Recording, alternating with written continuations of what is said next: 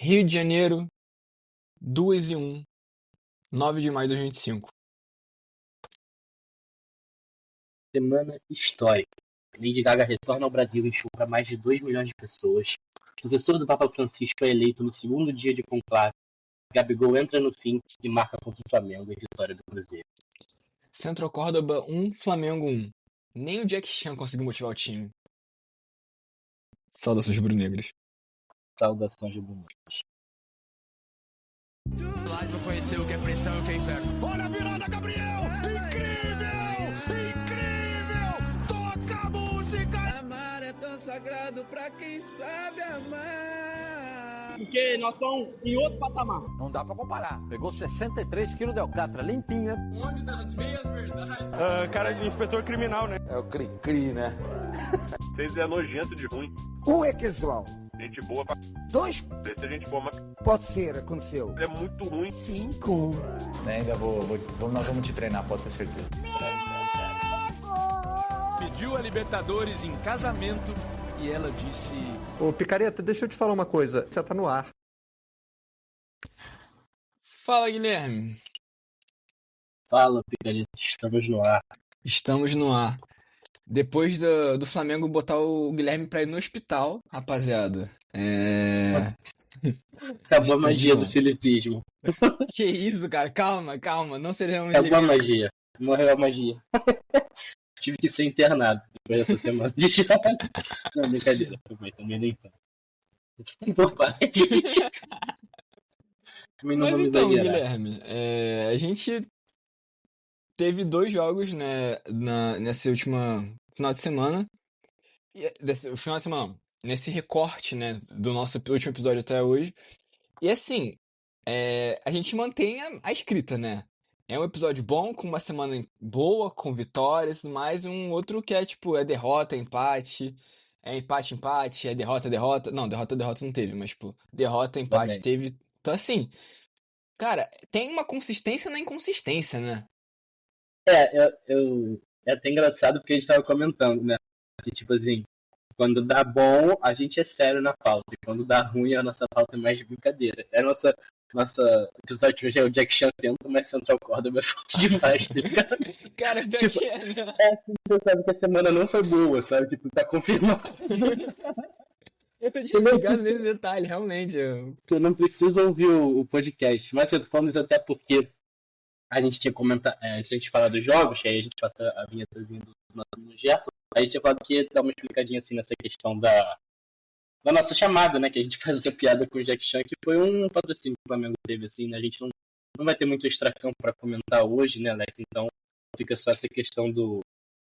A gente pode explicar que foi um patrocínio campanha, de divulgação, né? Uma campanha de divulgação do filme que o Jack Chan com o Flamengo, e aí o Jack Chan fez um vídeo falando, né?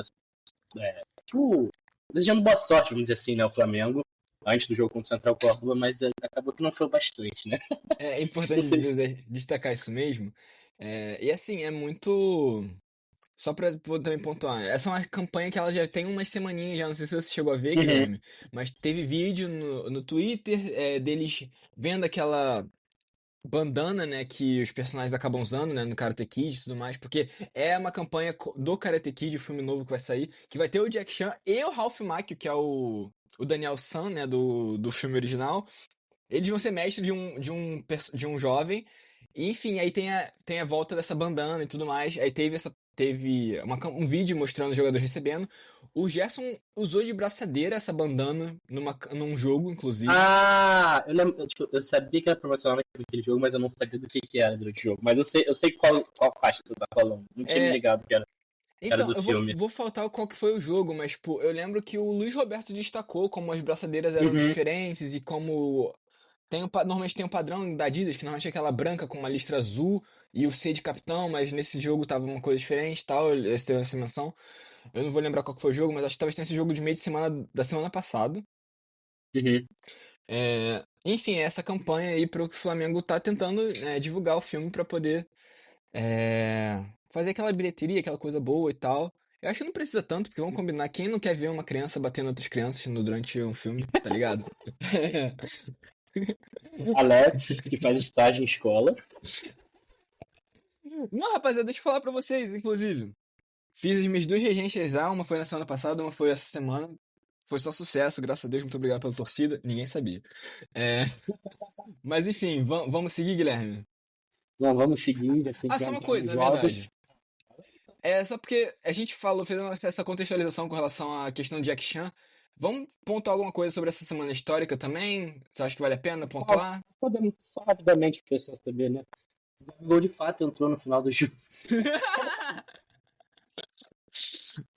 Vai, foi uma boa sacada, vai. Mas assim, galera, a gente tá aqui no dia 9 de maio, como o Alex apresentou no início, e hoje é sexta-feira, no sábado da semana passada, teve esse show aí da Lady Gaga, que teve um público recorde, assim, de fato histórico, né? Sim. De 2 milhões de pessoas, foi um show de graça. O Guilherme estava no VIP. Tava em casa. Mas é isso, né? Assim, e depois, durante a semana, no caso ontem, né? À tarde, acho que foi ontem à tarde. 7, se eu não me engano, que saiu a fumaça branca. E isso é muito importante, mais do que a Lady Gaga, obviamente. Guilherme, mas, assim, não, cara, o nosso público é feminino, brother. Não, mas ouve o que eu vou falar, Isso é muito importante pra esse podcast, mais do que a Lady Gaga, porque o nosso primeiro episódio é a Bemos Podcast, né? A gente começa assim, se eu não me engano, eu acho. Tem algum episódio a gente faz isso. A gente tem uma capa que é a Bemos Podcast, né? É a Bemos Terreno. A Bemos Terreno, viu? Tá vendo? Eu sabia que existia algo assim.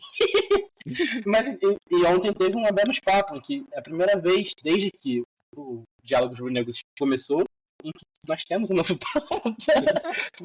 Que bom, né? Sim, na medida do possível, né? O podcast começou ano passado, então era de se esperar. O rebrand foi esse ano, então mais ainda. Olha só que... Desculpa.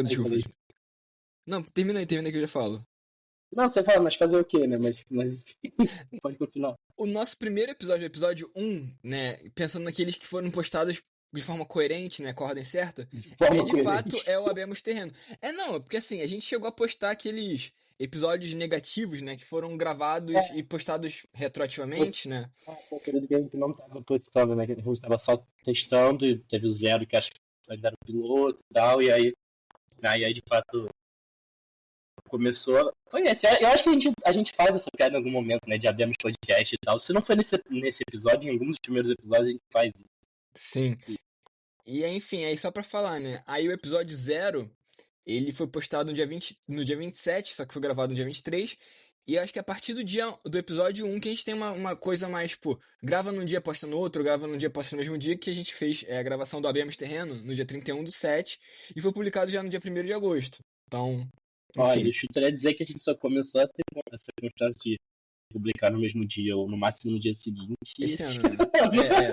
Mas ano passado teve lá seus momentos, né? Teve seus altos e baixos. Sim. Mas, de qualquer maneira, Abemos Terreno, Abemos Podcast e agora Abemos Papa, né? Então tivemos um Papa eleito aí. Acho que foi 1.7 ou 1.8, se eu não me engano. Eu vi o horário certinho ontem, por algum motivo assim, em algum momento eu vi, mas tipo, foi 1h da tarde que tava passando o Globo Esporte e aí veio falar do Vasco e cortaram. Não. Bota qualquer coisa aí. O Papa foi escolhido, tá ligado? Os caras catando notícia pra não falar do Vasco. Mas, de fato, é algo bem importante. Assim, mesmo que pra quem não é católico, eu mesmo não sou católico, não sei se o Alex é. Não, mas... cristão protestante. Mas enfim, nenhum de nós é católico, mas não só religiosamente, mas principalmente acho que na geopolítica mundial, a eleição da figura do Papa é importante em questões simbólicas e práticas. Não é o tema do nosso podcast, mas a gente achou de bom tom comentar aí que a Lady Gaga e o Papa talvez estejam no mesmo nível de idolatria que o Gabigol, né? Então, talvez. Aí a gente fez essa menção honrosa aí do início. Só um toque final pra poder dizer que nessa situação toda eu queria destacar. Achei que foi rápido esse conclave, cara. Eu acho que a última vez demorou bem mais do que 2 dias, sabe?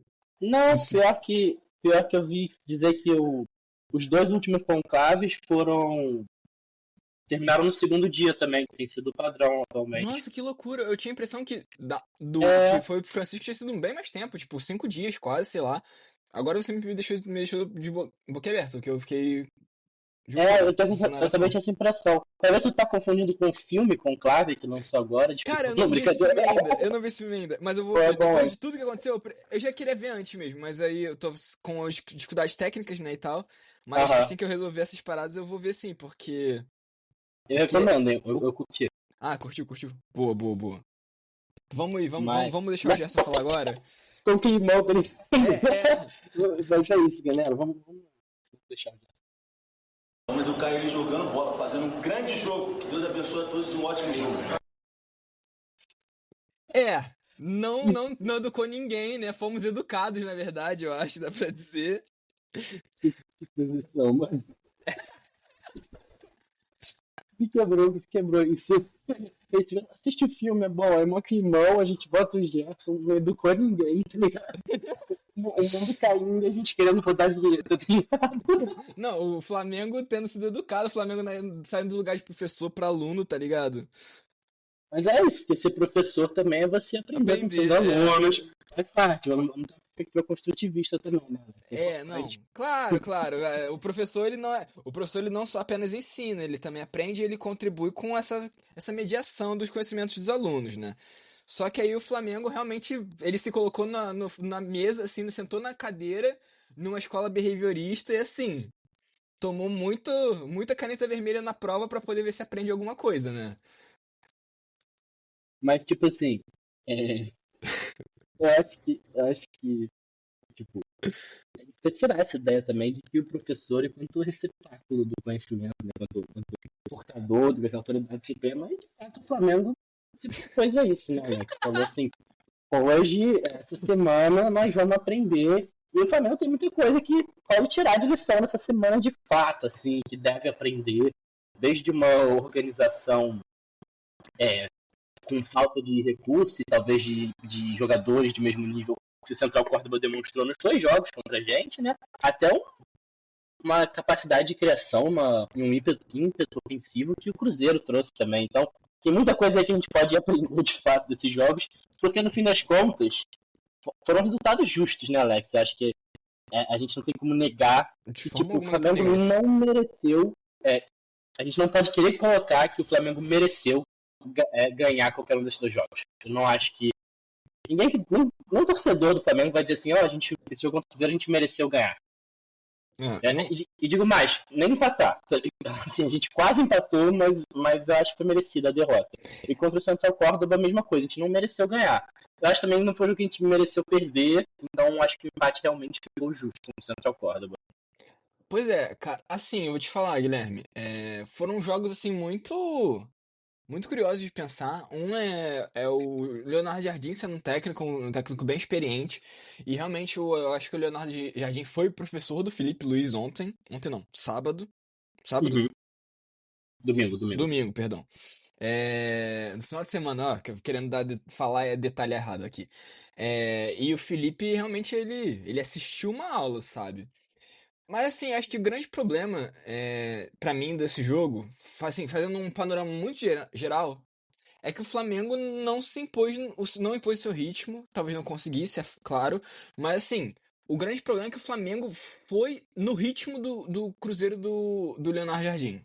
E assim, eu que sou um cara que, quando o Jorge Jesus saiu, tinha o Leonardo Jardim como talvez o grande técnico que eu gostaria que viesse. Eu sei que ele é um cara que ele é um técnico que trabalha um perfil de futebol bem veloz, bem físico e bem vertical. E assim, pela sequência do Flamengo, não acho que era vantajoso. E acabou sendo problemático só por esse jogo, né? Já no meio de semana, parece que só o Central Córdoba tem um lugar na mente dos jogadores do Flamengo, sabe? Mas também acho que a questão física pesou muito, acho que é um ponto forte pra mim desses 2 jogos. Uma queda física realmente relevante. Enfim. Eu acho que a gente pode até falar um pouquinho mais sobre essa questão física, porque a gente acabou não botando um ponto sobre isso específico na nossa pauta. Acho que é pra gente falar agora nesse iniciozinho mais geral, contemplando os 2 jogos, porque eu também não acho que o ponto principal na nossa... principal que eu digo assim, não é o que a gente mais acha que precisa ser melhorado, sabe assim? Em algum sentido, o que mais preocupa. Mas eu queria realmente focar nessa questão da falta de ritmo de imposição que você trouxe, porque A gente tava até fazendo essa brincadeira, né, de debater qual jogo a gente jogou pior. Era o nosso debate se a gente começar a gravar. E é engraçado, porque embora tenham sido 2 jogos abaixo, eu acho que estão entre os piores jogos da temporada, eles são jogos bem diferentes, porque no jogo contra o Cruzeiro a gente tem claramente um time que conseguiu se impor contra a gente, né, que foi o Cruzeiro. Eles tiveram um volume de jogo muito bom. Eles de fato jogaram o jogo da forma que eles quiseram jogar, mesmo quando o Flamengo estava bem no jogo. Foi dentro de um contexto que favoreceu o Cruzeiro, que era um jogo lá e cá. Sim, uma trocação, velocidade, força física, como você trouxe também, né? E não um jogo carenciado, com um trabalho de bola, com toque de bola, como favorece o Flamengo normalmente. Então, tipo, tem momentos que o Flamengo estava bem no jogo. Bem que eu digo assim, não estava mal, sabe? Tipo, olha, ok, estamos no jogo. Mas era nesse estilo. Ou seja, não era o que favorecia a gente. E no segundo tempo, totalmente a massa, assim. Fomos dominados, de fato. O gol da vitória sai no último minuto, assim, mas o Cruzeiro teve muitas chances de fazer esse gol antes. Muitas chances. É bom ressaltar que, assim, o Cássio fez, assim, 3 intervenções no jogo muito boas, assim, pelo lado do Cruzeiro, mas, tipo, a sensação é que o Flamengo escapou de um resultado pior, porque foram realmente, acho que essas chances que a gente teve. Foi essa coisa de criamos menos, foram chances até claras, mas criamos muito menos do que a gente vem criando, e foi nessa ideia de velocidade, de lá e cá, sabe? O Cruzeiro ataca, o Flamengo ataca, o Cruzeiro ataca, o Flamengo ataca, num dado momento do jogo. E quando o Central acorda, não, né? A gente tem um pouco mais de controle do jogo até fazer o gol, porque era um jogo que a gente precisava ganhar, então a gente tem essa iniciativa. A gente faz o gol, ainda tem um lance ou 2 e depois acabou. Assim, a gente não fez mais nada no jogo. Nada. E o Central Córdoba também não jogou a bola que o Cruzeiro jogou. Eles até tiveram mais posse de bola em um dado momento, até empatar, etc. Mas foi tipo um jogo que parecia que ninguém queria jogar, sabe? Tipo, os dois abriram mão do jogo e é isso. Então, tipo, por mais que tenham 2 jogos ruins, são jogos com histórias diferentes, assim, né, nesse sentido. Mas que a gente não impôs o nosso ritmo em nenhum dos dois. A gente jogou meio que num a gente foi dominado e no outro a gente abriu mão de dominar, né? Que é como a gente tem jogado. E assim, nisso que você falou, acho que é seguro dizer que foi a primeira vez que o Flamengo enfrentou um time que produziu mais do que o Flamengo. Sim. Que criou mais, que tipo, ofereceu perigo ao Flamengo, mais perigo do que o Flamengo ofereceu. O Cássio fez boas defesas, dá pra pensar pelo menos umas 2, se eu não me engano. Mas, cara, o Rossi trabalhou muito mais. E por mais que eu tenha uma questão ali de que tem um pouco. Fiquei meio bolado durante o gol, né? O primeiro gol. Que eu acho que era uma bola defensável. O resto do jogo do Rossi é impecável. Sabe? Ele trabalhou muito. O Rossi salvou a gente, sem dúvida. O Rossi salvou a gente. Né? Mesmo que, tipo, ele podia ter. Mas salvou, tá ligado? Isso não tem como falar, salvou. Sim. Mas. Assim, só pra trazer. Também, então, quer falar um pouquinho dessa questão da queda física, Alex? Como você acha que vem afetando? Então, acho que a gente sempre falou sobre ainda mais no início, o trabalho do Felipe, sobre como era um trabalho que tinha muita fisicalidade, né? A fisicalidade, a gente sempre destacou como a fisicalidade se dava muito no jogo sem bola, né? Na retomada da bola e tudo mais. Só que eu acho que, tipo, tem uma transição de estilo de jogo também, que de forma geral que eu penso sobre a questão do Felipe Luiz, além de substituições e questões de escalação que a gente vai falar mais pra frente, mas que é que em alguns momentos, onde eu acho que são momentos onde o Flamengo pior joga, são os momentos onde o Flamengo é mais rígido. E nessa coisa do mais rígido, eu também tô falando muito no sentido de é um Flamengo que acelera muito o jogo, é um Flamengo que está muito mais espaçado, que tem muito mais distância entre seus jogadores. E isso torna o jogo mais físico também com a bola. Então, assim, se a gente fazia muito esforço para retomar a bola, mas quando com a bola era mais cuidadoso, mais pensativo e controlava um pouco mais o jogo, agora a gente não tem feito tanto isso. Tanto que a gente foi pra trocação com o Cruzeiro, que é um time muito mais físico. Porque é um time até menos qualificado, né? Então, e assim, vamos falar, tem o Matheus Pereira, o Caio Jorge é um bom jogador e tal, mas assim, vamos comparar quem é mais físico entre o Caio Jorge e o Pedro? Quem consegue mais correr? Quem é mais um atacante de velocidade? Sabe? Quem consegue entregar mais intensidade nesse tipo de contexto? Não é sabe? Não é comparável. O próprio fato do Caio Jorge ser o principal jogador, enquanto, por exemplo, o Flamengo, o Arrascaeta, claramente, é o principal jogador, já diz muito, né? Sim. Eu acho que sobre essa diferença. Então, assim, eu acho que acaba sendo muito um sinal de O Flamengo está se dedicando muito à fisicalidade em todos os tempos do jogo. E aí, realmente, eu acho que dentro de um calendário como o nosso, com jogos com jogos como os que a gente tem por aqui, querer um bom rendimento físico em todos os jogos é complicado. E eu acho que a queda física se dá muito nisso. E aí a gente ainda vai pensar, no jogo do meio de semana, o gramado era um gramado bem complicado. E a gente é um time, apesar de tudo, a gente ainda é um time técnico. Então é um time que ainda normalmente vai tocar mais a bola no chão e tal. E a gente viu vários erros técnicos. Pode ser por cansaço, mas também por um gramado ruim. Então assim, e o gramado alto também é mais cansativo, inclusive. Então ficam umas questões assim para poder pensar sobre como a questão física ela influencia nessa parte técnica e tática que a gente teve problemas nos últimos jogos mesmo, assim, incontestavelmente. E assim, não sei se tem algo mais a dizer sobre essa questão do resultado justo, senão, assim, para encerrar, o que eu ia dizer é uma coisa que a gente acabou não colocando, assim, inicialmente na pauta, eu adicionei agora quando a gente estava começando, porque eu me lembrei que acho que é importante citar, né?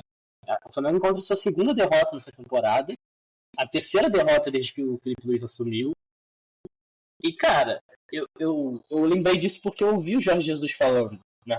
Agora na nossa abertura, e eu tinha pensado nisso antes, mas assim, 1 é casual, 2 pode ser, mas 3 vezes que a gente perdeu com o Felipe Luiz, teve um pênalti feito pelo Léo Pereira na partida. É muito, assim, eu não tô dizendo que, tem que matar o Léo Pereira, sabe? Tipo, uma galera eu acho que vai pra esse caminho, mas é muito engraçado, assim, no mínimo, tipo, que existe essa coincidência, e nesse caso, foi um pênalti muito bobo que ele fez contra o Cruzeiro, assim como foi contra o Central Córdoba ali, mas ao mesmo tempo, tipo, não é exatamente uma crítica ao Léo Pereira especificamente, mas como que falhas individuais têm pesado, né? E assim, a gente vai falar muito sobre questões do trabalho do Felipe, assim, ao longo desse episódio, mas isso é uma coisa que a gente também tá apontando desde o início da temporada, né, Alex? Como é que, tipo, mesmo em jogos em que a gente dominava, a gente perdia gols no ataque e cometia falhas defensivas bobas.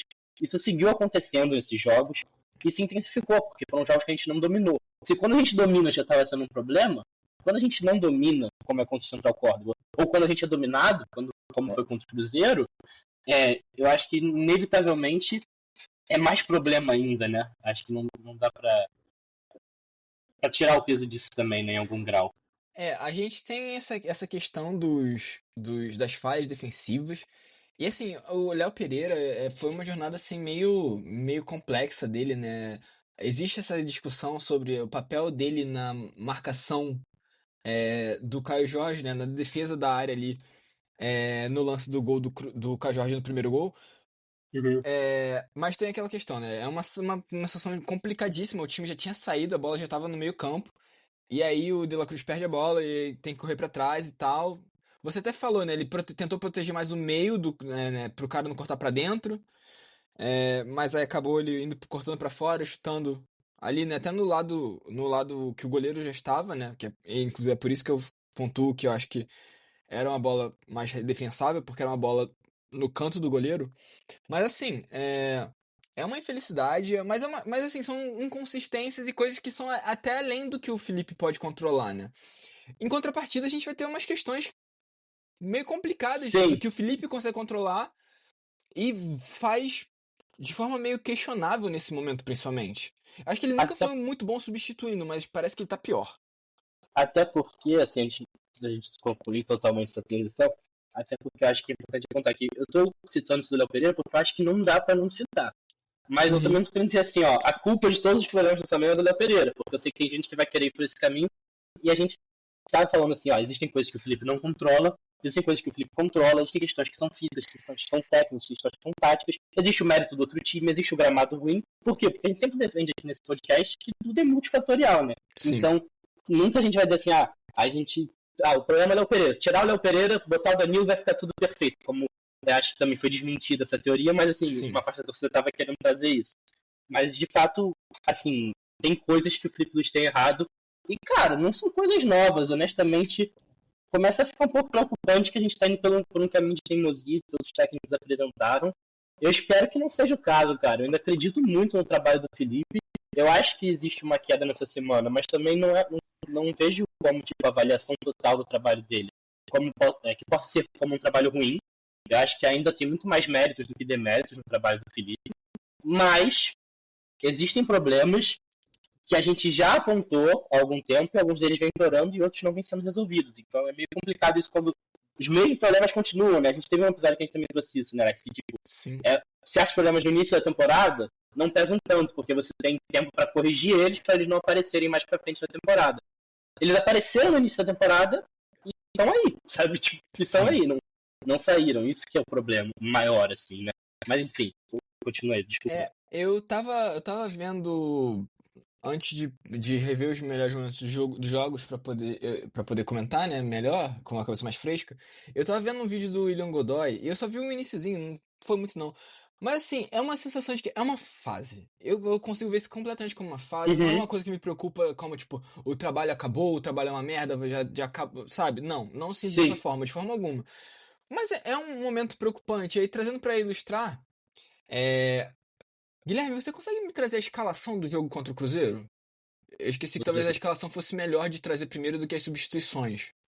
Vou trazer assim. Contra o Cruzeiro a gente entrou com Rossi, Wesley, Léo Ortiz, Léo Pereira, Alexandre, Pulgar, De La Cruz, Gerson, Rascaeta, Cebolinha e Pedro. Mais ou menos não. Acho que o mesmo time do que a gente jogou contra o Corinthians no 4x0 na semana passada. Provavelmente. Só que eu acho que foi o Ayrton Lucas em vez do Alexandre. Acho que só teve essa mudança do time. Então, perfeito. Então vamos pensar nessas substituições que foram feitas, tá? Que é uma questão. Acho que desde o início a gente fala que o Felipe Luiz com essas substituições são uma questão complexa, né? Só que eu acho que ficou mais gritante nos últimos jogos. Contra o Cruzeiro a gente teve, aos 9 minutos do segundo tempo, o Bruno Henrique entrando para a saída do Everton Cebolinha. Aí a gente teve a segunda substituição, foi a entrada do Michel para a saída do Pedro aos 21 do segundo tempo. Então aqui já tem um espaçozinho. A próxima substituição foi um grupo, né? Foi uma substituição tripla, na verdade. O Varela entrou no lugar do Wesley aos 37 do segundo tempo. O Luiz Araújo entrou no lugar do Gerson nesse mesmo recorte temporal. E o Juninho entrou no lugar do Arrascaeta também nesse mesmo recorte. E basicamente foram essas substituições, né? E aí, né, falando sobre esse jogo especificamente, vamos olhar algumas coisas aqui. Lateral por lateral. Um meia direita pelo um ponta direita. Né? No Luiz Araújo pelo Gerson. Lateral por lateral, Varela e Wesley, né? Aí, ponta esquerda por ponta esquerda, a primeira substituição. O Bruno Henrique no Cebolinha. Aí a única mudança que meio que... as mudanças que desestruturam, que mudam a estrutura do time, é tirar o Arrascaeta e botar o Juninho. E a entrada do Michel no lugar do Pedro.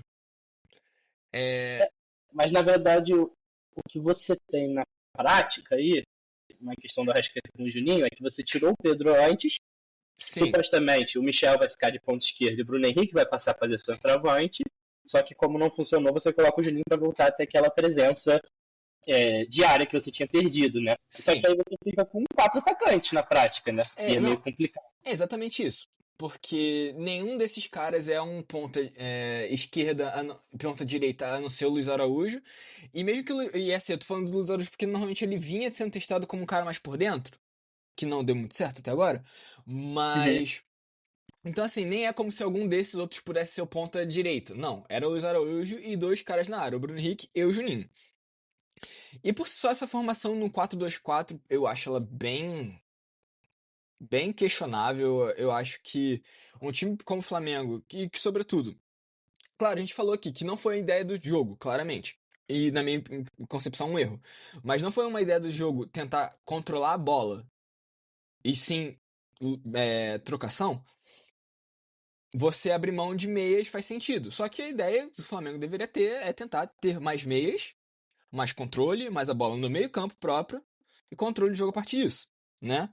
Não foi o caminho que foi decidido e assim, acho só que tem um detalhe, né? O Bruno Henrique ele é bom na bola aérea, o Juninho nem é ruim, na verdade. Mas, tipo, se você vai botar 4 atacantes, 2 caras de cada lado, pra poder ficar cruzando bola na área, que acaba sendo uma característica desse time quando vai chegando no momentos mais agudos do jogo e, né, não tá tudo dando certo. Não ter o Pedro em campo eu acho que é um erro, né? Claro que tem as questões físicas dele, voltando de lesão ainda, processo de recuperação. Mas, tipo, você realmente ia tirar o teu melhor jogador de bola aérea junto com o Bruno Henrique da área pra você ficar botando bola na área? Essa é uma questão. Agora que a gente pegou essas questões tipo, dos dois jogos pra ver junto, o Pedro ele é um dos primeiros a sair em ambos os jogos, né? Sim. Então, isso me faz pensar, e ele saiu aos 21 contra o Cruzeiro, e ele sai no intervalo contra o Central Córdoba. Isso me faz pensar que talvez a questão física seja um peso grande aí, porque, cara, eu não gostei da saída do Pedro em nenhum dos dois jogos. Por mais que o Pedro ainda não tenha produzido o que a gente espera que ele vai jogar, sabe? Sim. E ele ainda não jogou a bola que a gente espera do Pedro. Mas, eu não gostei da saída dele, inclusive porque eu quero muito ver Pedro e Juninho jogando juntos, porque teve toda essa questão de, tipo, o Juninho vem pra substituir o Gabigol, né? Sim. E é um cara que era capaz de jogar com o próprio Pedro também. Já vou deixar no ar essa frase, como é que ela pesa aí no coração de cada um, mas beleza. O Juninho vai pra substituir o Gabigol. Mas, é justamente o que se cantou foi isso, né, Alex? Que o Juninho não tem as mesmas características do Pedro. Ele não é um substituto do Pedro, mas é alguém que pode jogar de 9 com outras características, ou pode jogar de segundo atacante com o Pedro. A gente não viu isso. Tipo, na prática, a gente ainda não viu um Flamengo que vai com 2 atacantes, que vai com essa ideia de Pedro e Gabigol, ou Pedro e Juninho, né, pros mais novos, assim. Mas, tipo, a gente... E eu quero muito ver, cara, porque eu acho que o Juninho tem mostrado vontade, pelo menos bastante vontade de jogo, e ele tem movimentação, ele participa muito mais de jogo que o Pedro, me parece, quando ele tem entrado, pelo menos quando o Central Córdoba foi assim, com o Cruzeiro acho que o Pedro até participou bastante, mas quando o Central Córdoba acabou sendo assim. Só que o Pedro é o cara que tem a eficácia da finalização. Que ninguém mais, eu vou falar ninguém mais, mas eu sei que eu tenho que falar que o Arrascaeta tem também. Mas tipo, ninguém além do Arrascaeta tem essa qualidade que ele tem, sabe, no elenco do Flamengo. Então, tipo, ter o Pedro em campo é muito importante por isso. Só que eu acho que testar os dois juntos é algo que ainda falta, né? Então, tipo, eu não gosto da saída do Pedro em nenhum dos dois jogos, mas me parece que talvez a questão física ainda seja o principal motivador, porque para isso eu não consigo muito explicar, sabe? Tipo, não que o Pedro estivesse jogando muito bem, mas é meio complicado, sabe? Eu acho. Com certeza eu entendo que não é uma escolha técnica no sentido de, tipo, ele tá mal em campo, vou tirar ele. Não. É uma questão de preservação física dele mesmo. Dessa retorno da lesão e tudo mais. Mas assim, Guilherme, uma coisa que também me pega sobre essas substituições são algumas coisas que a gente até já comentou, né? Fala aí. A gente pegar o Nico de la Cruz, que foi muito mal durante o jogo. Foi provavelmente o nosso pior em campo, inclusive, né? No jogo contra o Cruzeiro. E ele ficar em campo até o final. E o Gerson saiu e tudo mais. Então, assim, a gente tem umas questões de, tipo, algumas peças que não necessariamente estão entregando o seu melhor. Tem uma sequência muito grande, e a gente vai falar sobre isso do ponto de vista de o Cebolinha em vários jogos, o Michel em vários jogos que começa. Então, assim, tanto que, de novo, né, o Michel entra aos 21 minutos do segundo tempo. Sendo que foi a segunda substituição do jogo. Então, tipo, então, por mais que não seja tão cedo, ele entra até que cedo. Pelo contexto do jogo, né? Que a primeira substituição foi às 9, beleza. Só que assim, o time talvez tivesse até voltar do intervalo com substituições. Porque o jogo estava sendo difícil, né? Então, enfim. Eu acho que também, tipo assim, também é importante pontuar essa questão do De La Cruz e do Gerson. Eu acho que a gente precisa trazer a escalação e as substituições do Central Córdoba para poder fazer a comparação, porque eu acho que é o que deixa mais incoerente a substituição. E eu já vou trazer um pouquinho no argumento, mas assim, queria trazer antes a escalação do Córdoba, se você puder depois pegar as substituições.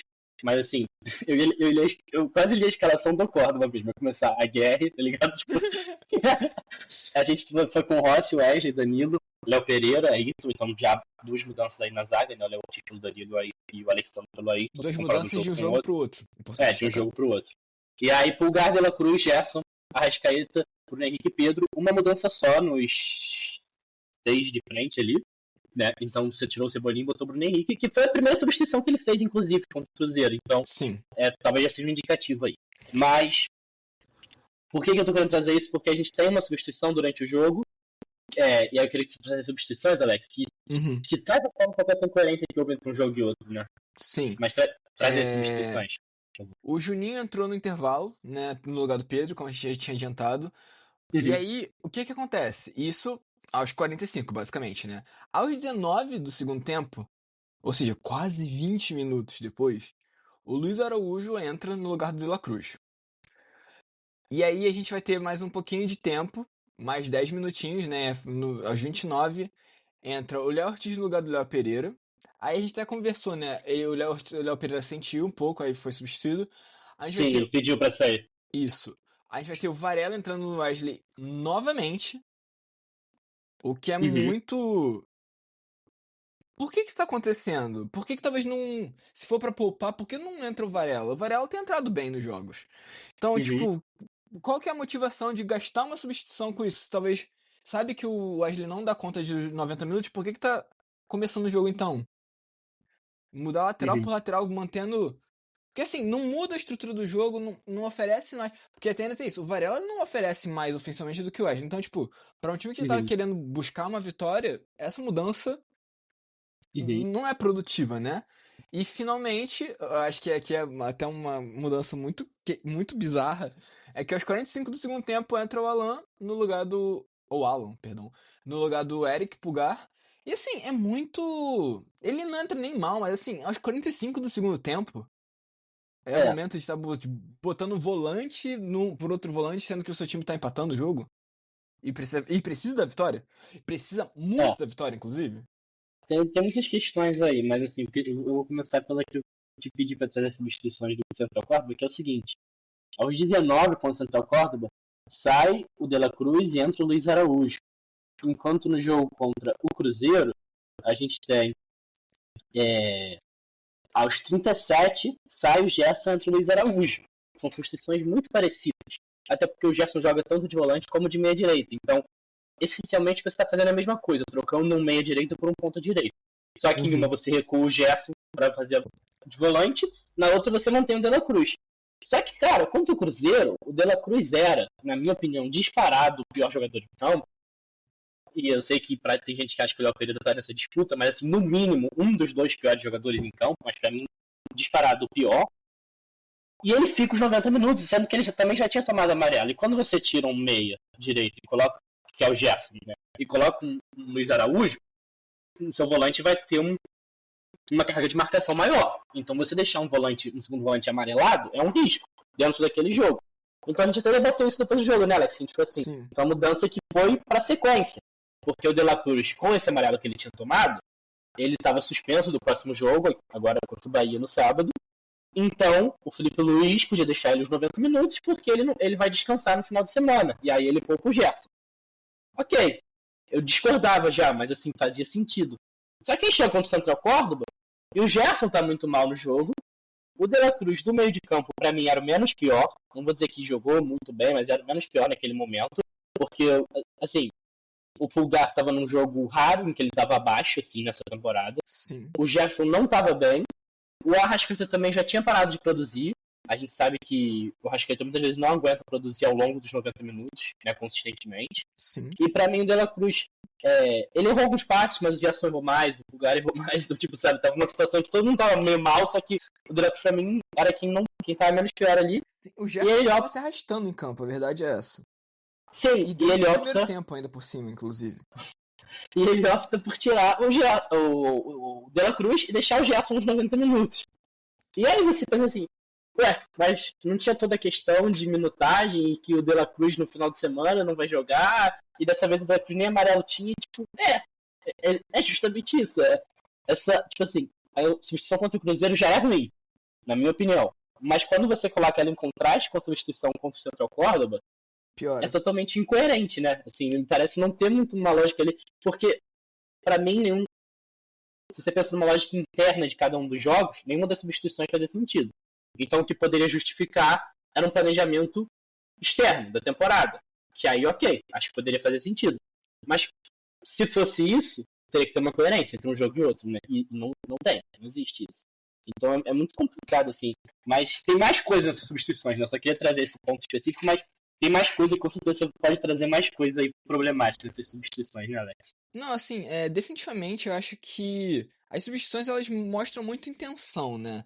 Aí como a gente falou, a gente vê o time consistentemente indo para o 4-2-4, né? E, enfim, e eu entendo porque, no final das contas, é uma questão. O Flamengo tá no mercado em busca de um camisa 10.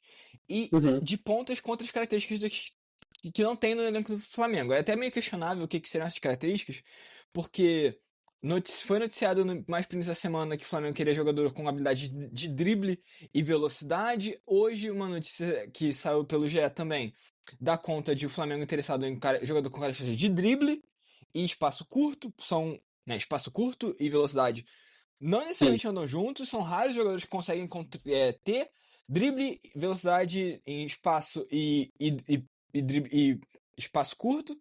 O Vinícius Júnior é um caso desse, mas a gente tá falando de, tipo, o melhor do mundo, literalmente, do ano passado, sabe? Eu ia te falar, tipo, o cara também podia falar que os dois eram Messi. Tipo... Só que, cara, você tá entendendo? Então, assim, essa característica não existe. Esse jogador com essa característica pra nosso mercado, provavelmente ele não existe.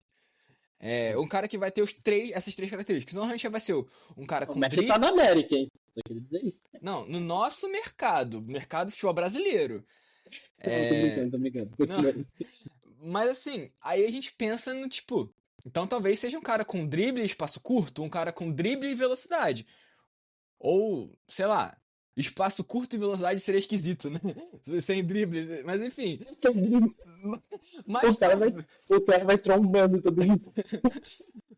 Mas talvez fosse o caso, não sei. Mas assim, os 3 pontos juntos é muito difícil. Sim. A gente concorda. Então assim, a gente não sabe muito bem, claro que isso aqui é uma questão de um jornalismo que talvez esteja precisando ser um pouco mais cuidadoso com a forma como está noticiando certas informações e tudo mais.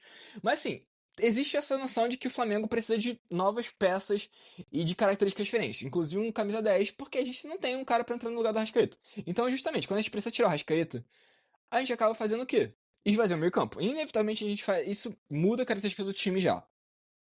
E aí a gente tem os pontas com características ruins que não vão rendendo. E é tanto essa notícia que veio hoje, né? Falando do ponta com drible curto e espaço curto. Drible e espaço curto, perdão. Vai falar que o Michael queria ter saído no início do ano, o Flamengo pediu pra segurar, mas que não vai fazer uma força caso venha proposta no meio do ano. E que também estaria disposto a negociar o Cebolinha. Então, tipo, tem uma mudança de paradigma aqui, talvez. Só que ao mesmo tempo, é estranho porque são 2 jogadores que sempre entram. Em contrapartida, só pra concluir, falando essa situação do Cruzeiro também que eu tinha trazido, o dono do Cruzeiro tá querendo, já não é a primeira vez que notícia isso, tá querendo o Luiz Araújo, que tem entrado menos e não tem começado jogos, mas talvez merecesse entrar mais em jogos, começar jogos mais do que o Cebolinha e o Michel, mas não tá sendo o caso. Mas ele é alvo claramente do dono do Cruzeiro. E assim, esse noticia que talvez o Flamengo pudesse negociar ou não e tal. E aí sim, fica uma coisa meio confusa sobre qual que é a ideia. Assim, eu acredito que no final das contas o Boto, ele blindou muito bem o departamento de futebol, então essas notícias ficam meio perdidas por conta dessa situação, mas só fica essa coisa do tipo, qual que é a visão? O que o Felipe quer? Porque essa ideia de ficar no 4-2-4 várias vezes durante vários jogos não é uma coisa que é muito legal pro Flamengo, para as características do Flamengo, pela forma que o Flamengo deveria querer jogar. Mas é tudo muito confuso, porque, de novo, os 2 caras que sempre entram são caras que, tipo, podem sair. Então é muito complicado, muito esquisito isso. Eu acho que... Eu queria responder o que você está falando, tipo, puxando para o próximo assunto, só que eu queria antes finalizar essa questão das escalações, das substituições. E, tipo assim, eu acho que uma questão das substituições do Felipe, que a gente meio que falou, mas eu quero pontuar mais, assim, é a demora. Para além de quais são as substituições, é o momento em que as substituições são feitas. E você falou assim que, tipo, sempre foi um problema do Felipe Luiz, mas agora parece que piorou. Pra mim, a minha sensação é justamente que, tipo, o Felipe Luiz, desde que chegou no Flamengo, a gente reclama que ele demora a mexer.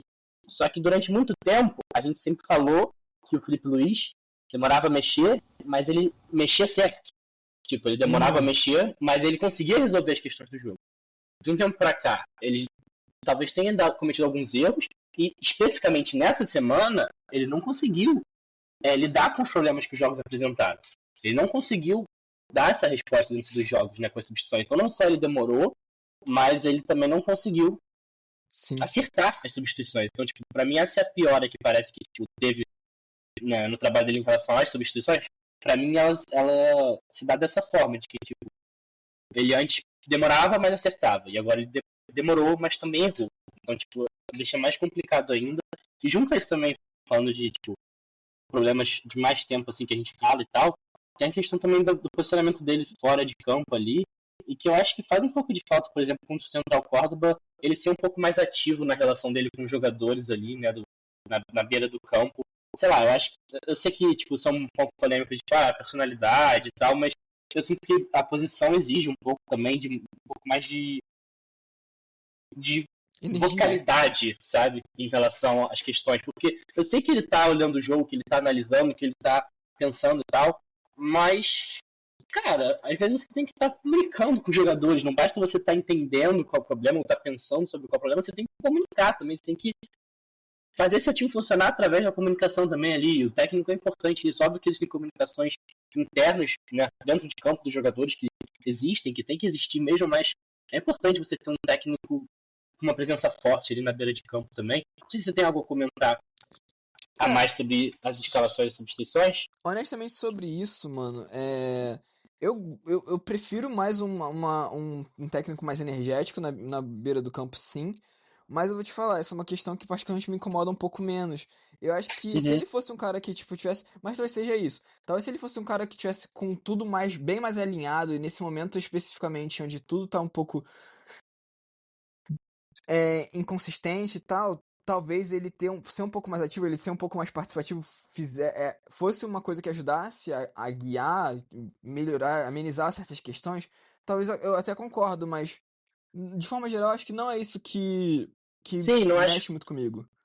Não acho que seja o principal problema também, não. Eu só acho que tipo, é um fator a mais, principalmente no momento em que o time tá perdido, sabe? Tipo, sim. O time precisa de uma guia ali, tipo, falta um pouco essa colocação, mas não acho que seja o principal problema, assim como, pra encerrar, então, a questão das escalações, eu não acho que a escalação de nenhum desses jogos foi o problema, cara, honestamente. A gente entrou uma escalação muito parecida, trocando o Ayrton Lucas, o Alexandre e o Bruno Henrique e o Cebolinha, e o Ortiz pelo Danilo, mas assim, cara, a gente fica empolgado, Dela Cruz, Gerson, Arrascaeta, Pedro, as zagas, as duas duplas de zaga, os nossos laterais no geral têm um nível bom, então, tipo, eu não acho que assim, o rodízio que ele tem feito no elenco seja um problema, mas o que eu acho que é um problema que tem a ver com escalação, que tem a ver com essas questões que você estava trazendo do que o Flamengo procura no mercado, e que tem a ver com uma montagem ruim de elenco, mas que tem a ver também com uma insistência do Felipe Luiz.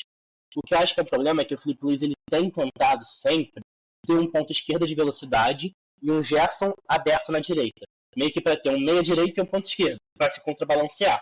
Eu entendo a ideia. Você está querendo cumprir funções diferentes no campo, você está querendo ter possibilidade de variações de jogada, você está querendo ter um time que contemple mais ações ofensivas. Só que tem uma questão aí, cara, que nenhum ponta do elenco tá jogando bem, sabe? E aí, tipo, você tem um jogo que ele tenta com o Michel, ele vai e tenta com o Cebolinha, ele vai e tenta com o Bruno Henrique, ele vai... E, tipo, nenhum tá entregando, cara. Nenhum tá entregando. Então, eu não acho que ele tem tido muita insistência necessariamente de jogadores, mas ele tem tido muita insistência nessa ideia. E pra mim, o principal problema dela, além dos pontos não estarem mal, e eu acho que, assim, existe também uma questão de... Não estarem bem. Mal eles estão. Quem falou que eles não estão mal, não sabe de nada. Mas, assim, além dos pontos não estarem bem, e tem um problema de montagem de elenco aí, porque, por exemplo, eu entendo a galera que tem questões com o uso da base do Felipe Luiz, mas eu não acho que tipo, você meter um Matheus Gonçalves contra o Central Córdoba era a solução de todos os problemas, sabe? Tipo, acho que é muito mais expor a base em certas situações do que, tipo, vai resolver tudo você botar um moleque ali. Então acho que existem falta de peças em certas situações no elenco também, que, tipo, por mais que a gente possa ter opções na base, eu acho que falta ter um elenco mais completo em alguma questão de variação, sabe? A gente tem um elenco até com bastante jogadores, mas muitos fazem muita função. Sim. Além disso, e dos jogadores estarem abaixo, e o Felipe ter essa insistência com o ponto esquerdo de velocidade, mais aberto, etc., a gente tem essa insistência dele com o Gerson aberto. Para mim é o principal problema, cara, porque se ele centraliza mais o Gerson, joga com 4 no meio, cara, a gente tava falando isso ano passado, todos os episódios do nosso podcast a gente falou isso, o Gerson joga muito mais segundo volante do que ele joga de meia direita. Mas a melhor temporada da carreira dele foi ano passado, ele tava jogando de meia com o Tite. Sim, mano, era a melhor temporada da carreira dele e a gente tava dizendo que ele podia jogar mais se tivesse de volante. Tipo, isso que é o bizarro, tá ligado? Então, eu acho que esse talvez seja um dos principais problemas. Por quê? Porque essa insistência dele nessa espécie de trio de ataque, ela resulta nessas substituições em que, por exemplo, ele tirou o Gerson ou o De La Cruz pra botar um Luiz Araújo, né? Ou então tirou um Arrascaeta pra botar um atacante, virando um 4-2-4. Ela resulta no problema que a gente apontou, dele não ter testado ainda Pedro e Juninho enquanto dupla de ataque. Ela resulta nessa insistência com os pontos, numa fase em que nenhum deles está bem. Então acho que, tipo, você centralizar o Gerson, jogar com 4 no meio, testar talvez um Pedro e Juninho, um Pedro BH, um Pedro Luiz Araújo como dupla de ataque ali, eu acho que você pode ter um resultado diferente, sabe, do que tem tido. Porque a gente tem tido problemas sempre relacionados a essa insistência, sabe? Então acho que poderia se testar outras formas de jogo ali. Deveria testar outras formas de jogo ali, né? Sim. Eu acho que. E aí volta para aquela que eu tinha falado. Eu acho que o Flamengo já foi bem mais fluido do que ele é no momento. E eu sinto que isso é um problema. E eu não sei se talvez o fato dele ter sido campeão dá a ele essa sensação de que ele pode ser mais intransigente e, tipo, e se apegar mais nas suas próprias ideias. Ideias assim no sentido de ideais mesmo, né? No que ele pensa que é o ideal, que é o que ele planeja independente do que o campo mostra. Mas acho que talvez ele era muito mais considerativo com o que era o campo e o que era o contexto antes do que ele tá no momento, sabe? Enfim, e a gente tem essas questões, né? Você tinha selecionado sobre nossos problemas de ponta a ponta, né? Nossa dificuldade com os pontos, mas além disso a gente vai ter a questão que no jogo de ontem, no jogo meio de semana, perdão, o Flamengo individualmente foi indiscutivelmente, sei lá, todo mundo mal. Quem não foi mal, você falou que talvez o De La Cruz tenha sido menos pior, né? Do meio ali. Mas assim, geral... mas de forma geral, quem foi melhor? Assim, era o menos pior no momento que ele saiu. Eu acho que se for considerar o jogo todo, assim, talvez o Arrascaeta, porque fez um gol, teve uma chance clara. Essa chance clara, inclusive, depois eu queria falar, porque, tipo... Sim. Né? Enfim, mas... Foi uma bela jogada, inclusive, sabe? Então, fica meio triste. Cara, posso falar uma coisa polêmica? Claro. Muito polêmica, tô tentando me odiar. Eu acho que se eu fosse falar, tipo, menos pior, sei lá, na minha cabeça. Primeiro, vou falar um cara que mal jogou, que é o Alan, que entrou bem no finalzinho. E segundo, talvez Ayrton Lucas, cara, porque, tipo, o time tava tão mal que, sei lá, mano, acho que o Ayrton Lucas tava só no nível dele, não tava tão abaixo.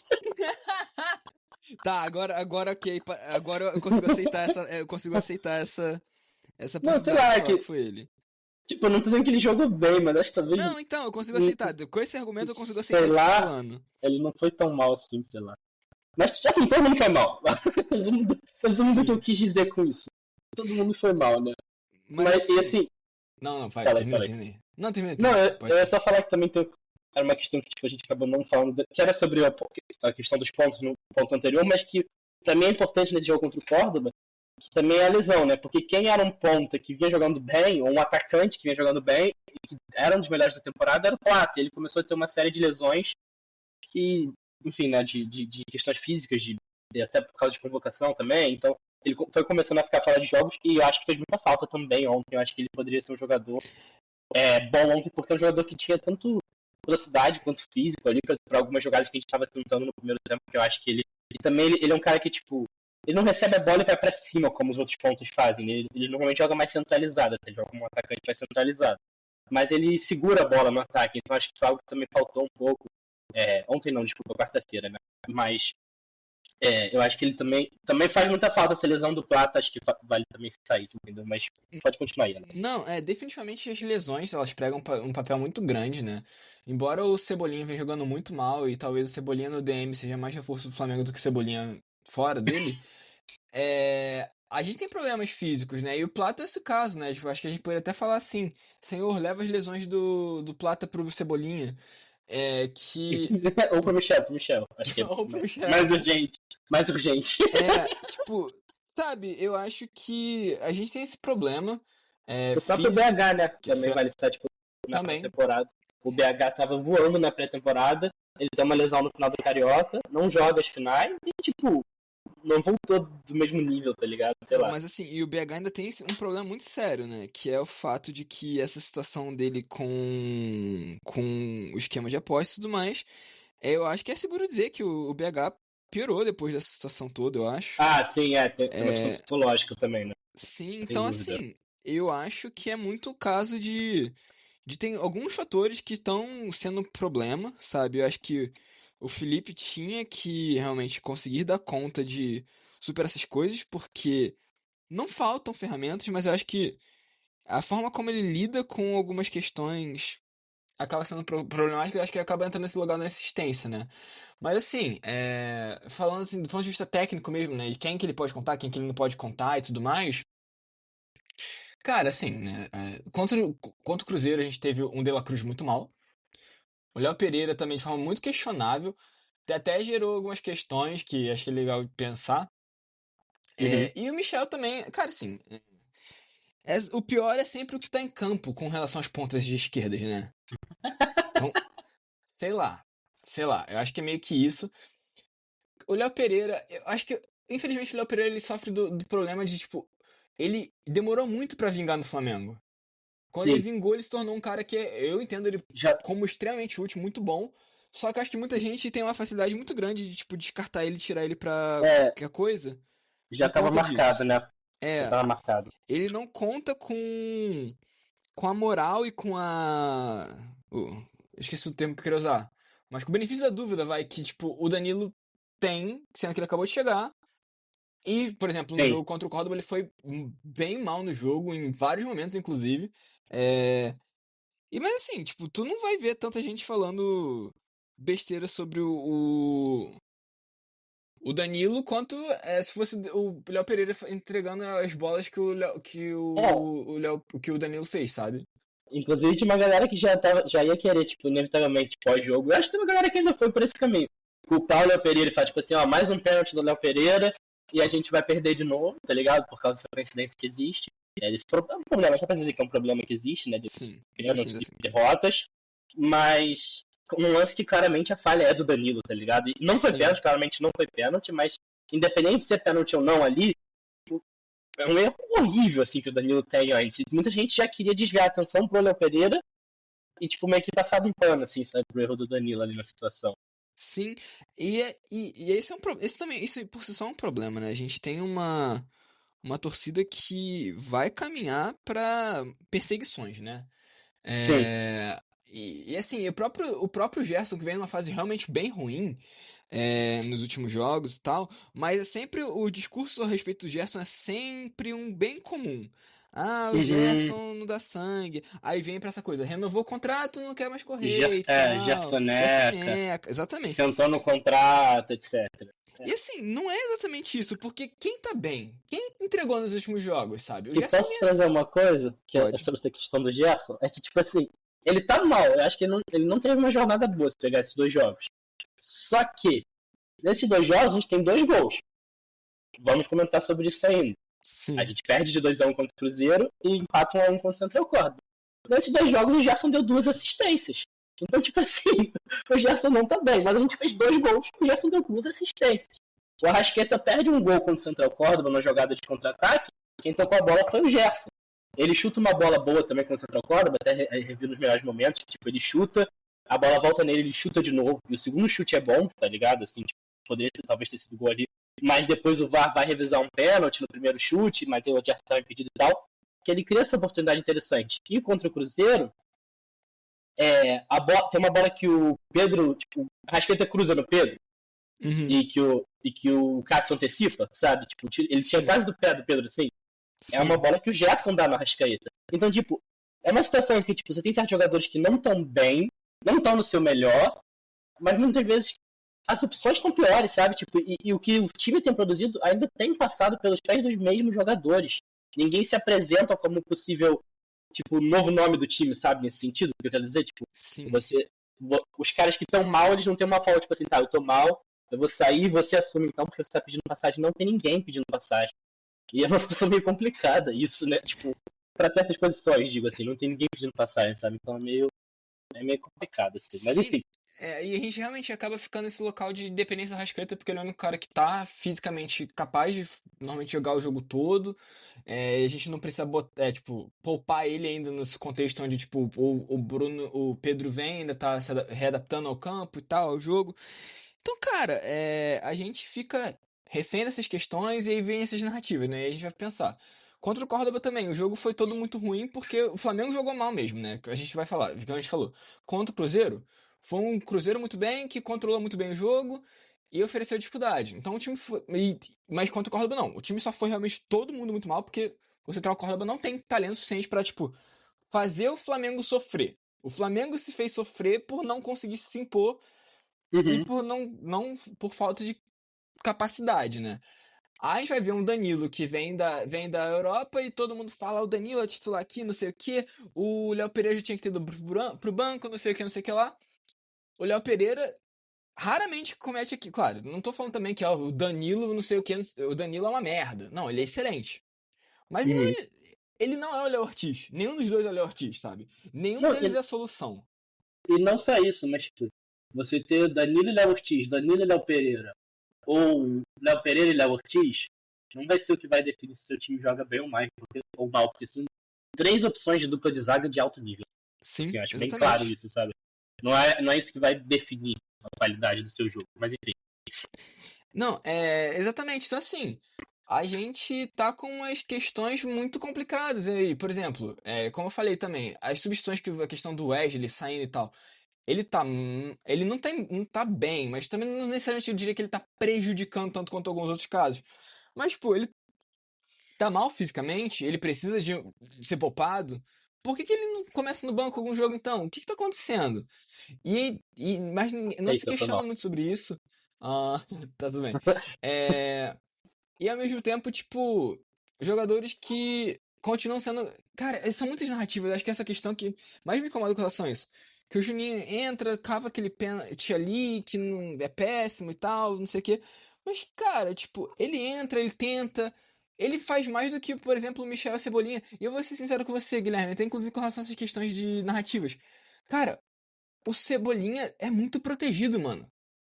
O Vitinho, por muito menos, jogando muito mais, ou sendo muito menos lesionado, muito menos um jogador medíocre do que o Cebolinha, ele era muito atacado, tá ligado? E o Cebolinha não, ele tem passe livre pra ser isso, porque em 2023 ele tava jogando muito bem quando o Tite chegou.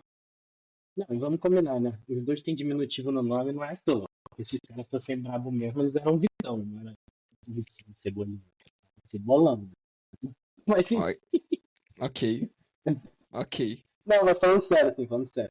É porque a gente já teve esse debate sobre Vitão e Vitinho, né? A gente trazer isso. Pois é. Não tem muito como contribuir mais do que isso, não. Tipo assim, sobre o Juninho.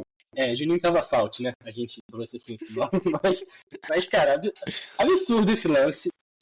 Eu vou te comentar do lance em si depois, mas eu acho que o Juninho entrou bem. Eu não acho que o Juninho entrou mal, apesar desse lance meio absurdo, tá ligado? Mas o Juninho pra mim entrou bem. E eu botei essa do Wesley perdeu a vaga na pauta, porque, cara, eu achei que tanto contra o Cruzeiro como contra o Central Córdoba, nossa, cara, trava-línguas. Tanto como o Cruzeiro como contra o Central Córdoba, o Varela entrou melhor do que o Wesley tava. Então eu penso assim, cara, vamos testar o Varela titular no próximo jogo. O Wesley não vem jogando aquela bola inquestionável que ele tava jogando há um tempinho atrás, sabe? Tipo, tu sabe o quanto que eu defendo o Wesley, inclusive em prol do Varela, o quanto que eu já defendi e tal. Mas eu acho que é o momento de testar, mano. Vamos de Varela titular. Ainda mais se você tá jogando com o Ayrton Lucas, cara. Isso é algo que pra mim é muito claro. O Wesley e Ayrton Lucas. Então, tipo assim, foi algo que eu defendi durante o jogo contra o Central Córdoba. Aí estava com muita dificuldade na saída de bola. Bota o Léo Ortiz pra ficar com 3 zagueiros e libera os pontos, tá ligado? O Léo Ortiz vai dar mais qualidade na saída de bola e você vai deixar... Qual sentido você ter o Wesley em campo se ele não tá atacando? Você ter o Ayrton Lucas em campo se ele não tá atacando, sabe?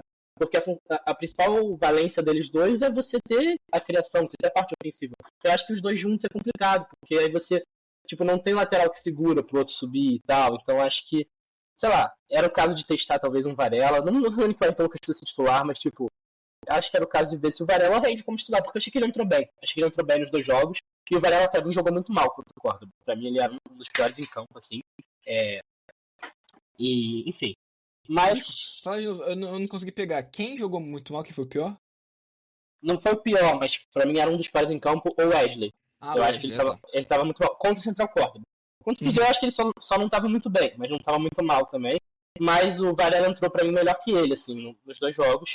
E eu falei sobre o Gerson, mas também, cara, eu acho que é a mesma coisa, assim, tipo, a gente tem 2 jogos nessa semana, a gente empata um e perde um, só que a gente fez um gol em cada jogo. O Arrascaeta fez os 2 gols, tá ligado? O Arrascaeta fez os 2 gols, foram 2 golaços, e eu sei que você queria falar sobre o gol perdido dele, o lance e tal, e eu já vou te dar a palavra em relação a isso, mas é um pouco essa transição que eu queria fazer em relação ao lance do Juninho, né? Que pra mim o Juninho tinha que ter feito aquele gol, como o Arrascaeta tinha que ter feito o gol que ele perde no primeiro tempo, mas, cara, eu não consigo, tipo, colocar na cabeça assim, a gente não ganhou o jogo por causa da Arrascaeta, no contexto em que a gente só consegue ganhar jogo por causa da Arrascaeta, sabe? Tipo assim, não, beleza, o Arrascaeta não resolveu esse jogo, mas será que alguém pode ajudar ele? Tá ligado? Tipo, alguém ajuda o homem, pelo amor de Deus? Alguém pode ajudar o Arrascaeta de vez em quando a resolver o jogo? Mas é isso, enfim. Não, quando eu falei que eu queria pontuar sobre o Arrascaeta, de forma alguma é pra falar que, nossa, não sei o que. Só que assim, a gente tá tão carente de, tipo, de pessoas pra poder fazer gol e tudo mais, que num lance tão explícito quanto aquele, né, que ele acaba perdendo, seria muito ideal que ele tivesse conseguido botar aquela bola pra dentro, né? Porque por a diferença do nosso empate pra uma vitória.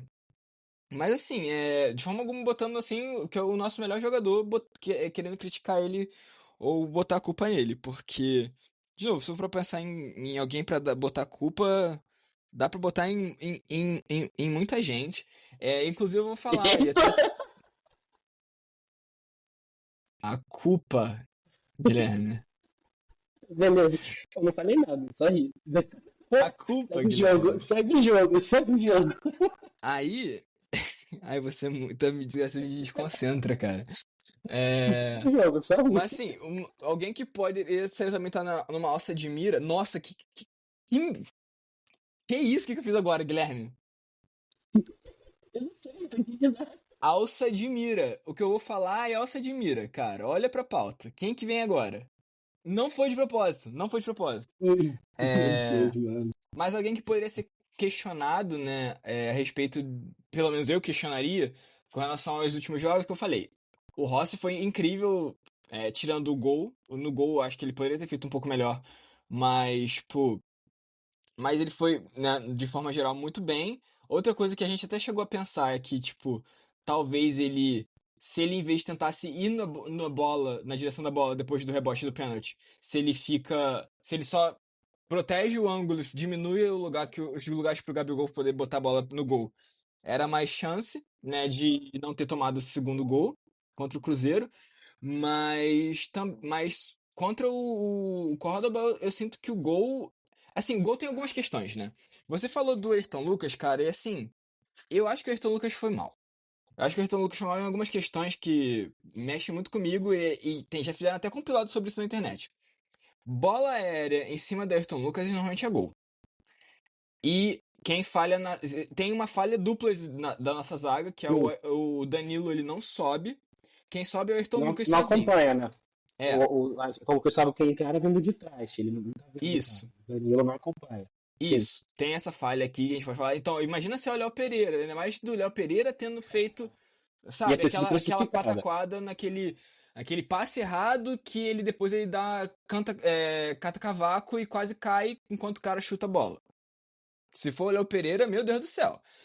Então, mas assim... Que, aliás, nesse lance do gol, pra mim, o Léo Pereira é o único da linha defensiva que não ativamente. Porque o Wesley ele toma aquele drible lá, dá a condição do espaço pro cara cruzar, né? E ele também se perde pra caramba quando a bola cruza a área, né? Antes disso também. Ele tá mal posicionado no início, aí o cara recebe a bola, o cara dribla. Uma sequência de erros da linha defensiva. Principalmente esses três que a gente citou. Principalmente esses três que a gente citou. Mas aí, na minha opinião, eu acho que mais uma vez nesse gol, claro que é uma bola muito complicada, não dizendo que não seja, tá, gente? Mas eu acho que a bola acaba indo numa... o braço dele parece que é curto, a bola não é tão longe do corpo dele. Claro que o tempo de reação é uma questão, mas não é uma bola tão distante dele. E de novo, né? Se eu reclamo do gol do Cruzeiro que a bola vai no canto dele, uma bola que também vai bem perto do alcance do corpo do próprio goleiro e ele não pega, eu acho um pouquinho questionável e tudo mais. Mas, de novo, foi melhor no jogo contra o Cruzeiro, salvou a gente de tomar sabe, o que aconteceu com o Neneca contra o Cruzeiro, não foi o que aconteceu com o Rossi, sabe? Não, e graças a Deus por isso. E assim, é até uma questão assim de pontuar, né? É um trajeto que o Guilherme, inclusive, tá até acostumado, né? Aquela linha vermelha ali saindo do Galeão, Barra Fundão, Ilha do Governador e tudo mais. Aconteceu essa situação trágica, assim, onde o Rossi foi alvejado, e até por isso que eu falei assim, que foi sem querer, mas tem essa questão dele ter sido alvejado por 4 tiros, né? Graças a Deus o carro dele é blindado. O carro dele, no caso, não ele. O carro, graças a Deus o carro dele é blindado. Ah, sim. Porque como ele tá no carro, a gente entende que, tipo, ele foi alvejado porque o carro foi alvejado. Não, sim, mas é que talvez alguém que não viu a notícia ficasse, tipo assim, nossa, ele sabe, tipo, só pra esclarecer mesmo o carro dele, né? Mas felizmente o carro dele é blindado e ninguém se feriu. Outros jogadores também estavam voltando mais ou menos naquela faixa de horário, mas parece que o único que realmente sofreu tiroteio foi o Rossi. Uma questão muito séria da nossa violência urbana na cidade do Rio de Janeiro. Mas também, infelizmente, um comentário que eu posso até trazer é que muita gente brincando como, tipo, podia ter matado e tal, porque tava infeliz com o que quer que fosse relacionado ao Rossi. Porque tem essa questão, né? O Rossi, ele não é um cara que tá muito firmado. Tem muita gente que defende ele, muita gente que critica ele. Eu acho que de ambos os lados acaba sendo um pouco fora do tom. Eu acho que é muita defesa em um aspecto e muita crítica em outro aspecto também. Mas num contexto como esse, cara, crítica, a gente... crítica e ataque são coisas diferentes, né? Sempre bom pontuar isso, né? A galera perde o tom, de forma geral. Mas quem defende que uma piadinha de que, tipo, não sei o que pena e tal, que a carreira é blindado, tipo, acho que não tem espaço. Sim, pois é. Assim, sobre essa questão do Rossi não tem muito o que falar, só é lamentável a situação mesmo. Sobre as atuações dele, eu vou deixar pra falar um pouquinho mais pra frente, que vai fazer sentido. Mas só vou então, tipo, antes da gente falar um pouquinho sobre a arbitragem, que seria o nosso último ponto assim, do jogo, só vou contar que o lance da Arrascaeta, assim, pra mim, ele perde o gol, e teve um debate aqui em casa, que, tipo assim, tava meu pai e um amigo dele assistindo o jogo, nós três, e, tipo, meu pai tava falando assim, era só bater por cima, sabe, tipo, encobrir o goleiro e tal, o goleiro tá adiantado e tal, era encobrir, e o amigo do meu pai tá tipo assim, eu acho que, tipo, tinha que finge que chuta, corta pra esquerda e aí chuta, tá ligado, meio que tira a marcação, fingindo. E eu acho que são opções válidas, só que pra mim a questão da Arrascaeta ali é que ele chegou sem perna, porque foi um lance de velocidade. Foi uma estirada muito grande que ele deu, e pra mim claramente ele cansou na corrida, e ele não tomou a melhor decisão porque ele chegou cansado, sabe? Pra mim é muito claro isso. E até agora se perguntar se a melhor estratégia que você pode ter é colocar o Arrascaeta pra ganhar uma corrida e fazer o gol na sequência, sabe? Já respondo, não é. Mas assim, foi uma questão fora de casa, né? Num gramado ruim, etc. Então, enfim, acho que, cara, não sei se foi tão pontual, porque depois do gol, as únicas chances que a gente criou foram meio que nessa estratégia, sabe? Eu digo pontual de, tipo, de que não é o que se espera dele, né? Ele entrar naquela situação não é normal. Sim, como estratégia do time é que eu acho que talvez não faça tanto sentido ali. Mas enfim, com certeza o Arrascaeta tinha que ter feito aquele gol, mas eu entendo que ele perdeu por causa da questão física, mais do que qualquer outra coisa. Logo depois que ele perde, ele, tipo, você percebe, você olha pra ele, a câmera mostra ele, e, tipo, você percebe que ele tá, tipo, com a língua pra fora, ele tá cansado, ele tá, tipo, sabe, é um pique muito grande, porque ele parte de trás do meio do campo e fica cara a cara com o goleiro, ou na entrada da área, sabe? Então, assim, e ele não é um Michael, um Cebolinha, um Bruno Henrique, ele é um meia, sabe? Tipo, não é a dele, então, tipo, e a gente ele foi bem soube e tal, mas, dá nisso, né? E a gente sempre soube, sempre fala que o físico não é o grande ponto dele, né? Então... Sim, talvez seja o principal calcanhar de Aquiles da carreira da Arrascaeta, né? Sim, o físico. enfim. Mas, enfim, assim, dá até fazer essa transição, antes de também falar arbitragem, mas, tipo, bom pontuar, a questão técnica também influenciada pelo gramado. O gramado do centro corda estava um pouco ruim, era um gramado mais alto. Só que aí entra a questão de, tipo, com esse elenco, com esse técnico, etc., a gente tem que conseguir se adaptar dentro dos 90 minutos, sabe? Tipo, o gramado é ruim, vai pesar, talvez o primeiro tempo seja baixo, mas o time tem que conseguir se adaptar em algum momento. E aí eu queria só, tipo, antes de ir pra arbitragem, a gente jogar uma pergunta aqui, um quiz aqui, aleatório, assim, né? Eu te perguntei antes da gente gravar qual jogo você achou pior, tecnicamente, Cruzeiro ou Central Córdoba. Qual jogo você achou que a gente jogou pior? Contra o Central Córdoba, no Maracanã ou lá? Nossa, Guilherme. Cara, eu vou te falar, eu vou botar aqui no Maracanã, porque porque contra eles lá, o gramado era uma questão, né? Uhum. Aqui no Maracanã não existe isso. A gente tá podendo até dar graças a Deus que nos últimos jogos a gente pode dizer que o gramado do Maracanã tá bom. Tem sido um tapete, E contra o Central Córdoba isso não era uma questão, né? Então, no caso, no caso, nesse último jogo não era uma questão, né? O gramado era ruim. Então, tipo, acho que o jogo pior é perder em casa com o gramado bom. Empatar em... Não, eu tô falando assim, um jogo que a gente consegue perder em casa com o nosso bom gramado, pra mim, tende a ser pior do que um jogo que a gente entrega menos, é que isso eu quero dizer, do que um jogo que a gente acaba empatando fora de casa num gramado ruim. Porque a gente viajou também, eu acho que existem mais condicionantes. Eu concordo com você. Eu acho que em desempenho eu ainda acho que a gente foi pior lá. Mas eu concordo com os pontos que você trouxe. Mas foi curiosidade mesmo assim. Mas falando sobre arbitragem, cara, quando o Central Córdoba não teve nada demais, assim, o pênalti que marcou e o VAR anulou, acho que não tem nada o que falar. O Loureiro tá com a mão pra trás, encostado no corpo, tipo, só se ele arrancar o braço ali, não tem nada que ele possa fazer mais, tá ligado, do que ele lance. E o problema foi mais contra o Cruzeiro, tipo, eu acho que o principal problema, na verdade, é o que é menos agudo e mais crônico. O que eu quero dizer com isso? A gente tem duas coisas que a gente vai contar que são lances específicos, que são complicados, mas acho que o principal problema contra o Cruzeiro foi uma coisa que não foi um lance específico, mas aconteceu repetidamente durante o jogo, que foi o Cruzeiro adotou como estratégia, ter um time como a gente trouxe mais físico que o nosso, parar as jogadas na base da falta, que é uma estratégia que o Fluminense usou muito contra esse Flamengo multicampeão, né, esse elenco multicampeão do Flamengo, e funcionou muitas vezes. A gente já trouxe também isso, que é uma estratégia que o Fluminense usa e que costuma funcionar. E o Cruzeiro, em algum grau, adotou uma estratégia parecida, não estou dizendo que todo o estilo de jogo foi igual, mas em relação a isso, parar jogadas com muitas faltas. E o Cruzeiro fez falta, e foi falta, cara, e bateu no Flamengo mesmo. E, tipo, o juiz muitas vezes não marcava, muitas vezes não dava amarelo, e, tipo, pra mim foi muito ruim a arbitragem nesse sentido. Deixando bem claro, o Flamengo perdeu o jogo porque o Cruzeiro mereceu ganhar. O Cruzeiro foi melhor no jogo. Sim. Não estou condicionando a derrota à arbitragem. Mas vale pontuar que a arbitragem, pra mim, foi muito mal nisso. Porque era claro o rodízio de faltas desde o início do jogo e a arbitragem não foi contundente em relação a isso. Cara, eu acho que é isso. Eu não quero entrar muito nesse mérito porque eu acho que é bem menor, como você falou. Acho que é realmente só importante destacar. Mas assim, um ponto importante de destacar, né? O lance do pênalti, né? Que foi pênalti. Como aquela falta não é questionada, sabe? A transmissão não destaca isso. Porque esse é um problema. Eu acho que quando existem lances polêmicos, até nos melhores momentos, esses lances polêmicos eles são destacados.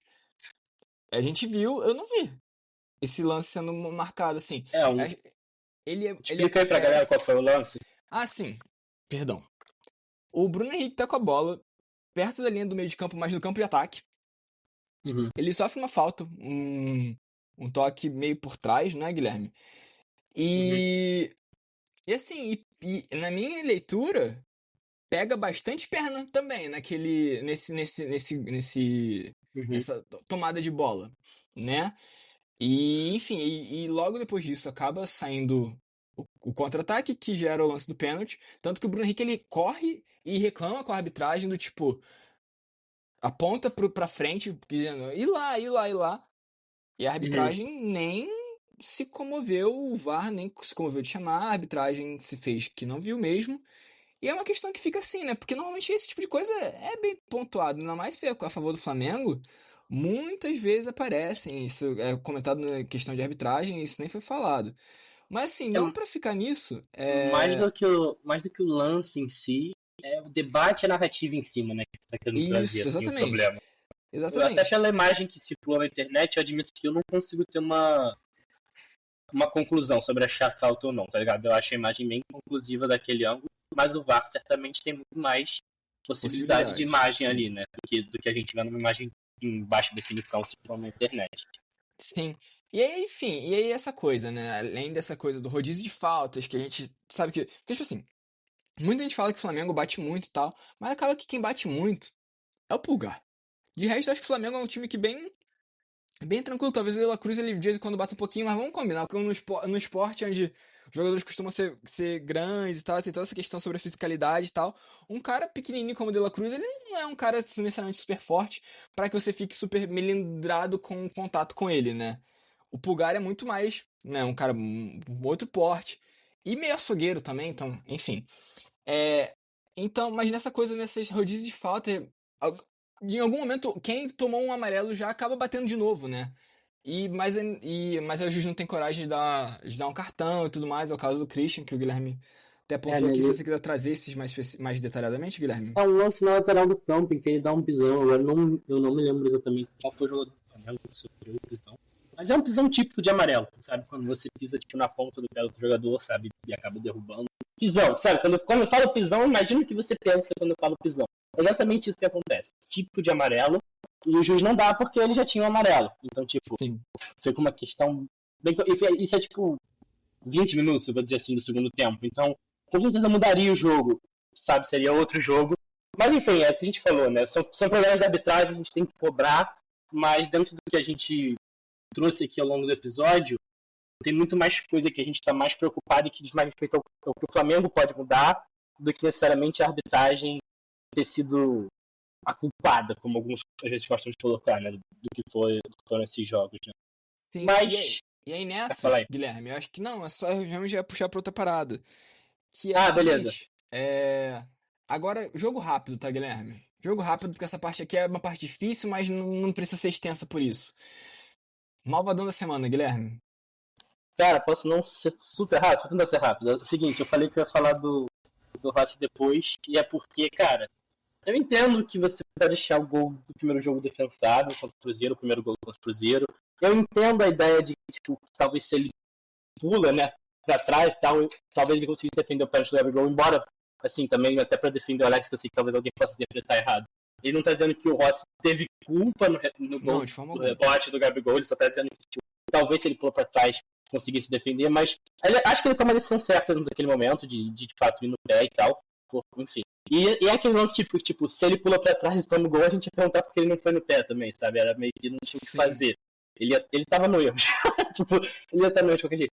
Eu entendo também você, tipo, achar que talvez ele não tenha sido tão... Não tenha ido tão bem no gol do Central Córdoba. Eu não consigo ver culpa dele nesse lance. Eu acho que é um lance muito difícil. A linha de zaga toda falhou antes e a cabeçada é muito boa, tá ligado? O cara cabeceia muito bem.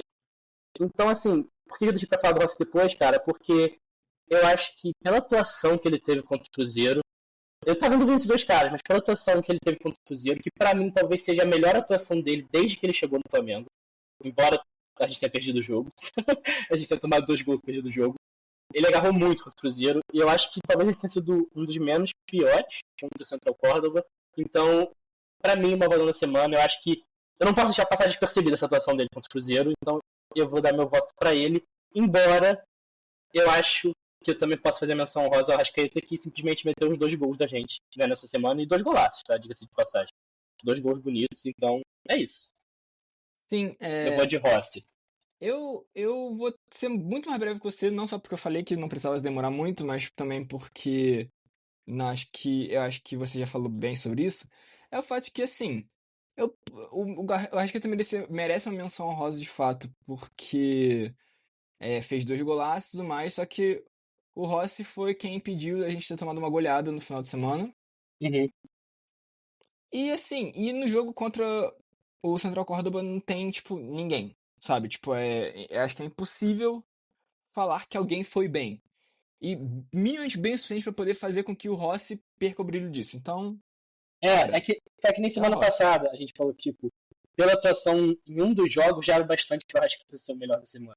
E pela atuação do Rossi contra o Cruzeiro já era bastante, ainda mais com o contexto do Central Córdoba depois. É Então, isso. Rossi 3 pontos aí no nosso malvadão. É o terceiro cara que alcança essa unanimidade na semana. Antes a gente teve Gerson e Arrascaeta alcançando isso, de nós dois votarmos nele. Mas então, qual é a sua nota da semana, Alex? Guilherme, cara, se na outra semana que tinha sido ruim, foi 5, não foi? Na outra semana, eu dei 7, você deu 6,5. A nota mais baixa que eu dei até agora foi 6,5? Aquela que teve 2-0-0. Aham, deixa eu olhar aqui, só pra confirmar. A mais baixa foi um 5 quando a gente perdeu pro Central Córdoba no Maracanã. Não, então. Cara, eu acho que essa semana é 4, cara. Beleza. Mano, pra mim é o seguinte, assim. Lady Gaga fechou. Abemos papo. Gabigol fez gol. Nada disso ajuda o Flamengo. Nada disso ajuda o E Flamengo. como isso afeta o Flamengo, né? Como diria outro. Então assim, complicado. Assim, eu só queria pontuar, porque a gente não teve uma sessão muito forte de extracampo hoje, mas eu também essa notícia essa semana de que o departamento de futebol pediu ao BAP, né, que fosse mudar essa situação dos ingressos para ter uma torcida que apoiasse mais o time durante os jogos, vou tentar colocar dessa forma, né, e tal, e que de fato tem uma queda de preços que já vai acontecer agora no jogo contra o Bahia e tal. Então, tipo, talvez tenha uma notícia legal aí no extracampo, mas não é muito forte, assim, também, é mais um, tipo, um disse-me-disse, assim, né, que rolou que foi divulgado e tal, então, tipo, não tem muita coisa que salve, cara. Assim, eu tô dando essa nota 4 também, porque a gente não entrou em falar muito sobre isso, mas a nossa situação do grupo ficou muito ruim na Libertadores. É uma coisa que a gente tem que destacar melhor na próxima semana, inclusive, tá, Guilherme? Depois do jogo contra a LDU e tudo mais. O jogo contra a LDU vai ser muito decisivo, Eu acho que vai passar, não tá tão péssimo, pra ficar em primeiro tá um pouco complicado, mas não tem chance. Mas assim... Não, fala aí. Não, então assim, é isso, sabe? Tipo, eu acho que tem o fato de, tipo, esse empate... Claro que se a gente tivesse ganhado em casa, esse empate não seria um problema. Se a gente ganha um jogo e perde o outro, era ruim, mas... Enfim, eu acho que a gente teve os dois piores resultados possíveis contra o Central Córdoba. Então, tipo, tem uma derrota e um empate, né? Então, assim, pesa muito pela construção também do que é o nosso grupo. Né, a nossa situação do grupo. Por isso que eu acho que um nota 4 vale isso. A gente não jogou nenhum jogo bem pela Libertadores também, né? Cara, eu acho que eu vou... Até agora, Guilherme. Até agora, sim. Mano, eu vou dar um perdão, costumo botar um 4,5, só pra dizer que o Alex é mais pessimista, eu sou mais otimista, e porque eu sempre boto meio ponto a mais que ele, pra fingir que eu pensei sobre a nota e poder fazer de forma mais fácil. Mas também porque, tipo, a semana que a gente deu nota 5, vou pegar aqui de base, a gente teve uma vitória e uma derrota, né? Os dois jogos a gente jogou mal, só que ao mesmo tempo teve a renovação do Gerson e teve um anúncio do novo sócio torcedor, então alguma coisa de boa, assim, no extracampo, alguma coisa existiu, tá ligado? Essa semana não tem nada que salve, então eu acho que é justo que seja pior do que aquela semana. Os resultados são piores, o desempenho é tão ruim quanto ou pior, e o extracampo não ajuda, então eu vou ficar de 4,5, cara, mas é porque eu não gosto de dar nota muito baixa, sabe? Então não quero descer demais a nota. Então, dito isso, Alex, a gente apostou, né? Você disse que o Flamengo ia meter um 3-1 no Cruzeiro, extremamente otimista, fora da realidade. Eu falei 3-0 com o pé no chão. Você falou 2-0 contra o Central Córdoba fora de casa, um jogo complicado. Eu falei, mano, eu tenho medo do Córdoba, tá? Eu tenho medo do Córdoba. Eu falei 3-2 só, vamos ganhar. Mas assim, nós dois erramos tudo, ninguém fez ponto. Então qual é o placar que você chuta pra Flamengo e Bahia sábado, amanhã, 9 de maio, às 9 da noite, no Maracanã? São as origens, né? É o 2-0, Guilherme. Não vou justificar muito. 2-0. Quanto mais a gente elabora, pior fica a situação, então... Também não vou elaborar. Sei lá. 4-1. Não vou elaborar, comprometido. Flamengo ele deu 15 de maio, a gente vai viver no Maracanã. Guilherme. Não vou elaborar. Eu tô tão pessimista com isso que... Não vai. Não vai eliminar a gente, né, Alex? Não, claro que jogo. Mas na verdade quem tem que falar isso primeiro é você, cara. Tá, posso falar primeiro. Ainda estamos na de não elaborar. 3-0, vai. Eu quero ser feliz, mano. 3-0? Eu quero ser feliz, Alex. Tô precisando de uma semana boa. Eu vou ser pouco original. E vai ser 2-0. Vou repetir, vou dar dobradinha no meu palpite. Quer saber então? 4-1 também. Pronto. Perfeito. Vou dar dobradinha também. 4-1 no Bahia, 4-1 na LDU. E aí você não precisa voltar pro hospital. Sim, eu quero ser feliz, quero uma semana boa. Essa semana foi meio complicada, eu preciso de uma semana boa. 4-1 no Bahia, manter a tradição com o Senna, 4-1 na LDU. Resta dizer Mengo, né? Saudações rubro-negras e Mengo. Galera.